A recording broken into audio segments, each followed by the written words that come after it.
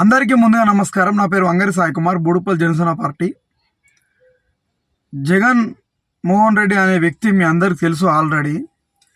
ఆంధ్రప్రదేశ్ రాష్ట్రానికి ముఖ్యమంత్రి. వాళ్ళ అదృష్టం బాగాలేక ముఖ్యమంత్రి అయ్యి వాళ్ళ రక్తం దాగుతున్నాడు జగన్మోహన్ రెడ్డి. జగన్కి ఒక మీటింగ్ పెట్టినప్పుడు ఆ మీటింగ్ దేని గురించి పెడుతున్నాం, మనం ఆ మీటింగ్లో ఏం మాట్లాడాలో కూడా తెలియదు. ఇప్పటి వరకు 5 సంవత్సరాలు కానికొస్తుంది సీఎం పదవి స్వీకరించి.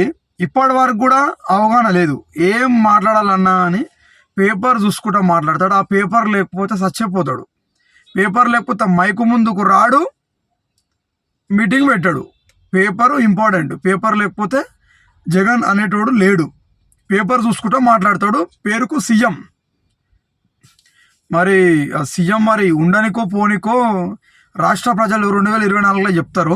ఒక 3 నెలలేమో ఉన్నట్టుంది. ఇక నీది చూస్తారు, ఇక వాళ్ళే చూస్తారు ఇక నీ తమాషా అంతా.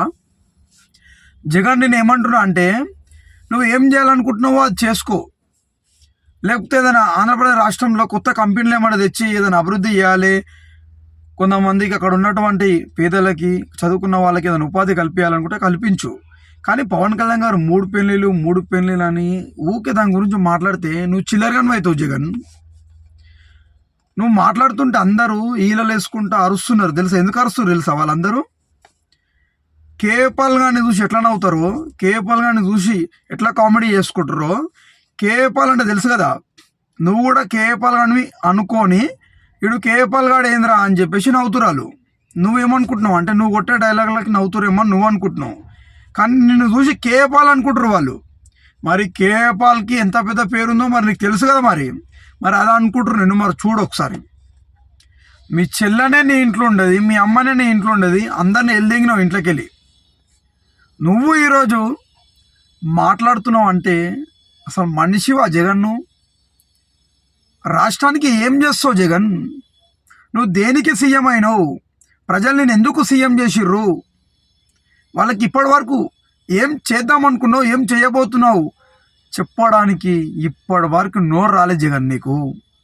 ఒక్కసారన్నా ఇప్పటి వరకు లైవ్ ప్రెస్ మీట్ పెట్టినది లేదు, ఒక సబ్జెక్ట్ పైన మాట్లాడింది లేదు.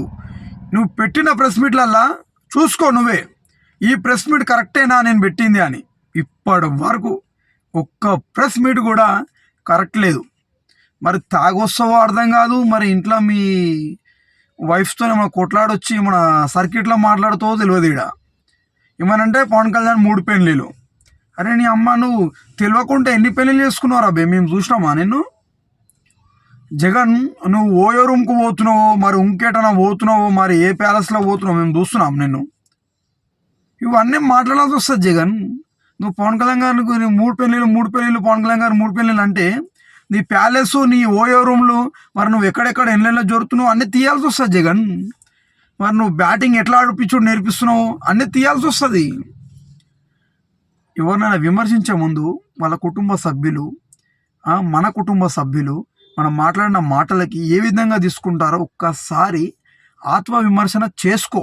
ఒక సీఎం పదవిలో ఉండి నువ్వు మాట్లాడుతున్న మాటలు, ఒక సీఎం క్యాండిడేట్ ఆ విధంగా మాట్లాడొచ్చా మాట్లాడొద్దా ఒక్కసారి నీ పాస్టర్ గారిని పోయి అడుగు. నీ దేవుని బిడ్డవు కాదు నువ్వు, పాస్టర్ గారిని పోయి అడుగు, ఆడు చెప్తాడు. ఇక ఆడు కూడా చెప్పకపోతే ఇక నువ్వు దేవునికి దగ్గర అవుతున్నట్టు అర్థం. ఇక ఏం లేదు ఇక జగన్.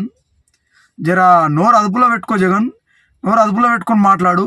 జరా నీకు చాలా ఎక్కువైపోతుందని ఒక జన సైనికుడిగా ఒక స్వీట్ వార్నింగ్ నీకు ఇవ్వడానికే ఈ మీడియా ముందుకు వచ్చిన జగన్. కొద్దిగా నోరు అదుపులో పెట్టుకొని మాట్లాడు జగన్.